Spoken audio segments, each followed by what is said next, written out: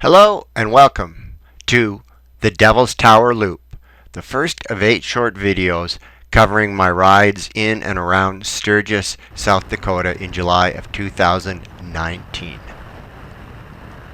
I'd come across Montana on Highway 212 and I just turned south on Highway 112 heading to Hewlett, Wyoming.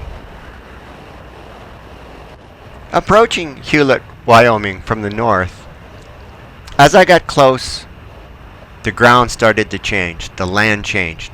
Hills, trees, undulations, valleys, curves. I was starting to get excited. I knew I was getting closer. The land was rising, and I had this sense of expectation around every corner, every little ridge that I went over. I was going to see the tower.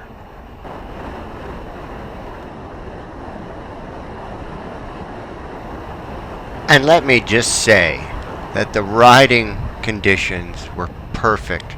Wind, sun, temperature, lack of bugs, perfection. Oh, yeah, and almost no traffic either. And then, when you're least expecting it, there she is. Due to the massive lineups to get into the site, I stopped, bought some souvenirs, turned around, and had lunch at the fantastic bar just outside the gates. Lunch, it was in an air-conditioned bar. Excellent food, lots of cold water, and I was back on number 24 heading southwest in Wyoming, and I stayed on the Devil's Loop ride until I got to Sundance, Wyoming.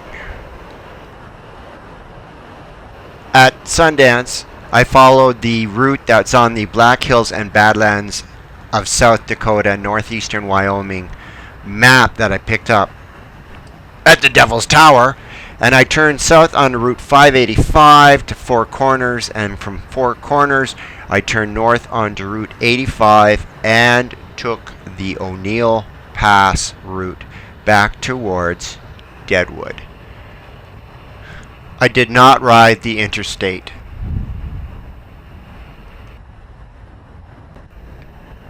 Heading north on Route 85 towards O'Neill Pass and Cheyenne Crossing.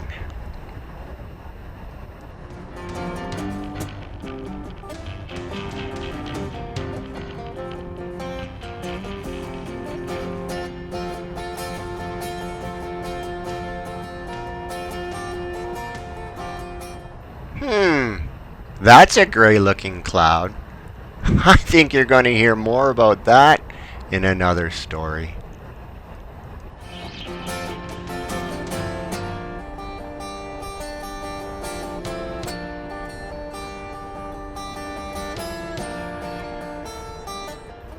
A fun fact, O'Neill Pass reaches an elevation of 6,689 feet above sea level, according to the map.